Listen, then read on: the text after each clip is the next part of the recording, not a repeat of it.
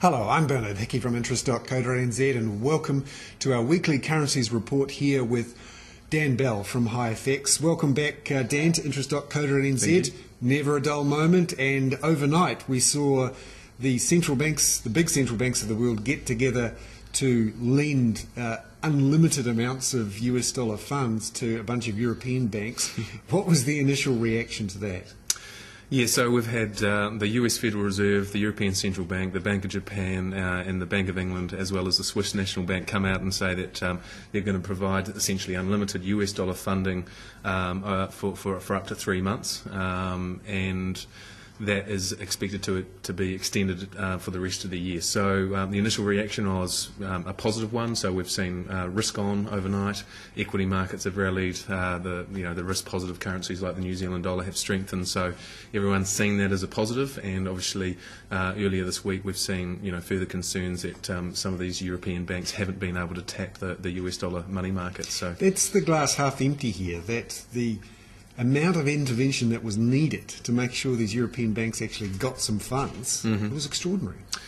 Absolutely, and I think it signals to certainly to me that the central banks are very concerned about the next 3 to 6 months, and obviously they've pulled out all stops again and said, well, we're going to step in and make sure that these European banks can get short-term funding.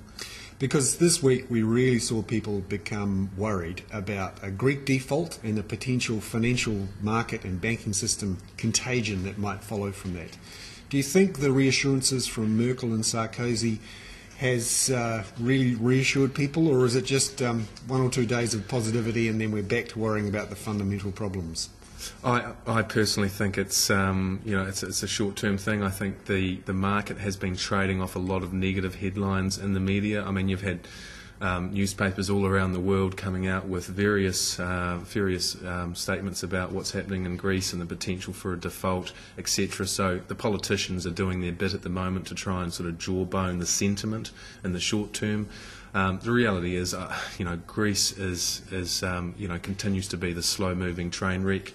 I think if you talk to most analysts or policymakers or economists around the world, and look at the market pricing, most are expecting Greece to default in some form over the next 6 to 12 months.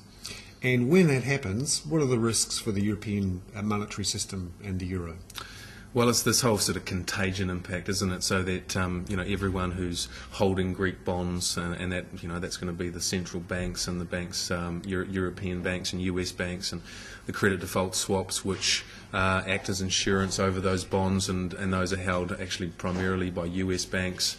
It's going to have this flow-on effect to the wholesale money markets around the world, and that's really the big concern that we have with Greece at the moment. So.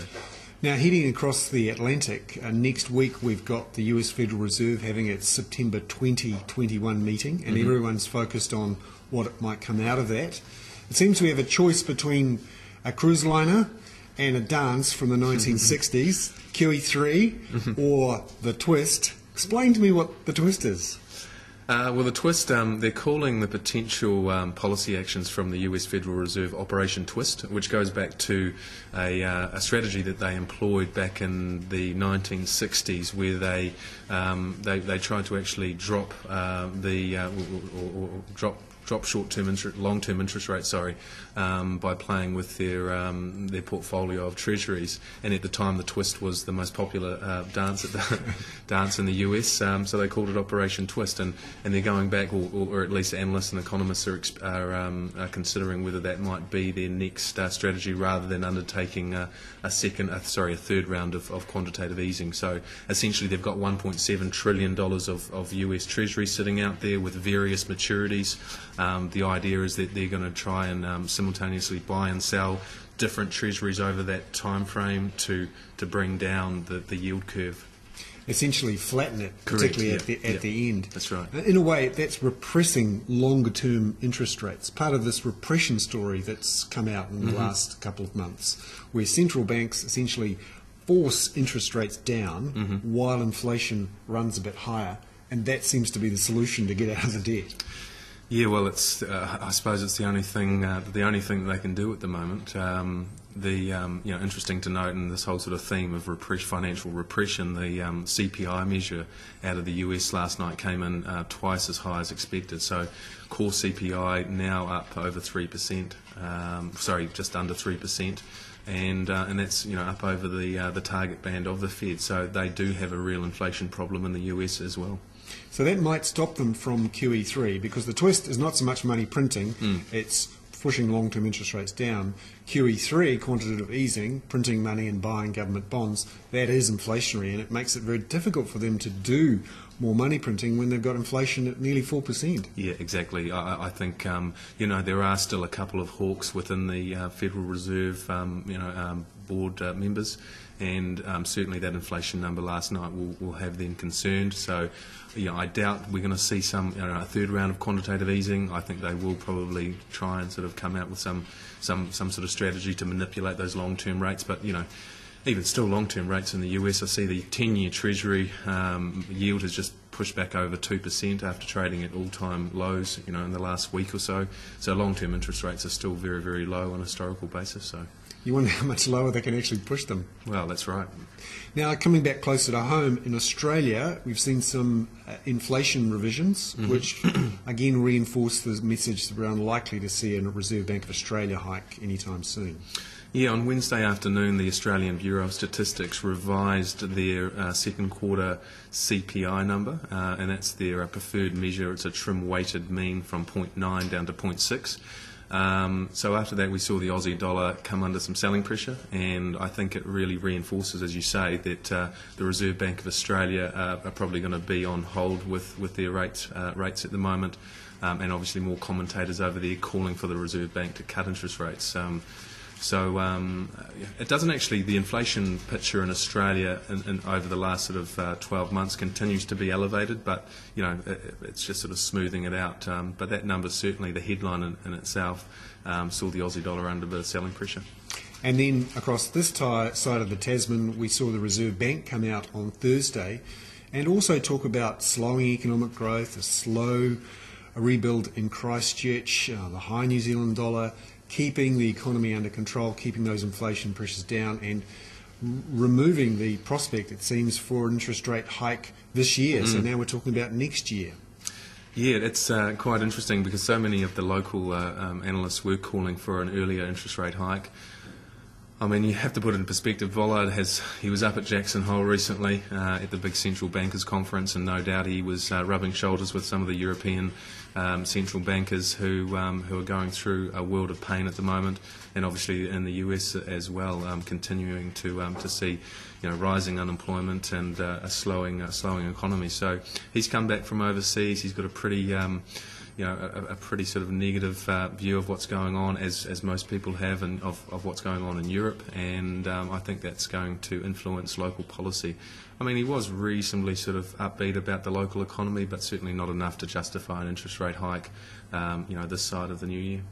Now, looking at the various cross rates for the New Zealand dollar versus various currencies, particularly during the World Cup, there's many visitors here. We thought we'd have a look at those cross rates for all those people buying a pint of beer or a breakfast and getting the fright of their lives. So let's look at the New Zealand dollar euro cross for all those Italian and French rugby supporters. What are we seeing their ranges at the moment? The Kiwi euro was up at highs around 60.50 towards the end of last week. So on a historical basis, that is quite high, and not far off all-time historical highs. We have settled after the OCR announcement back around the low 0.59s. So we are a little bit lower, but I don't see how the Kiwi euro is going to fall out of bed too far, given the current situation in Europe. So Kiwi euro range for me is sort of 58.50, and probably back up towards 61. So quite expensive to buy here a beer. If you're an Irish supporter buying a Guinness here, you'd probably get the fright of your life. Absolutely, yeah. Now, New Zealand dollar versus the pound, for all those English supporters and Scots and Welsh supporters here, what sort of ranges are we looking at?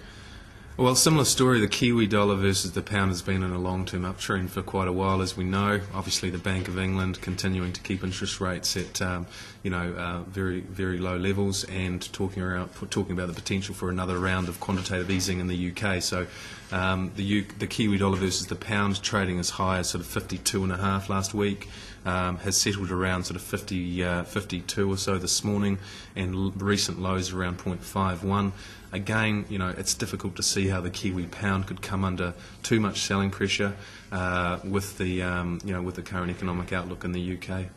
And New Zealand dollar US cross for all those American rugby supporters who are here? Yeah, the Kiwi dollar has been under pressure from recent highs last week, up around 83.80.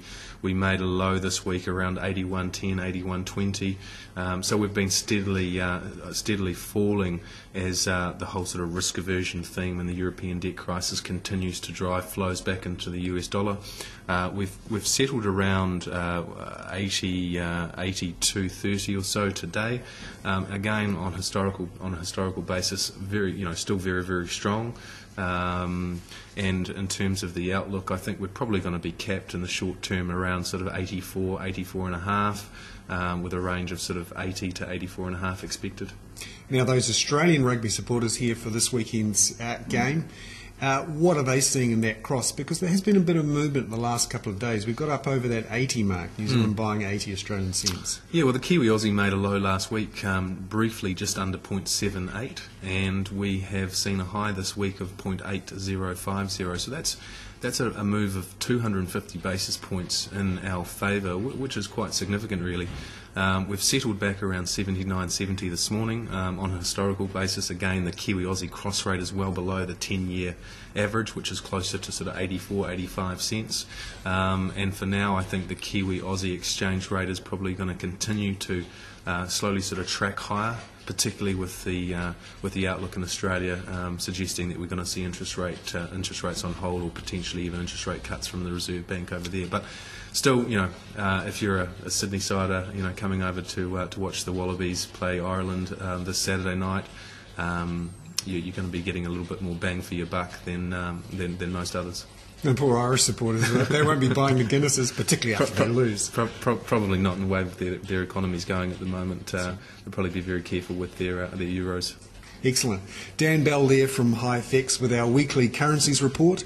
I'm Bernard Hickey from interest.co.nz.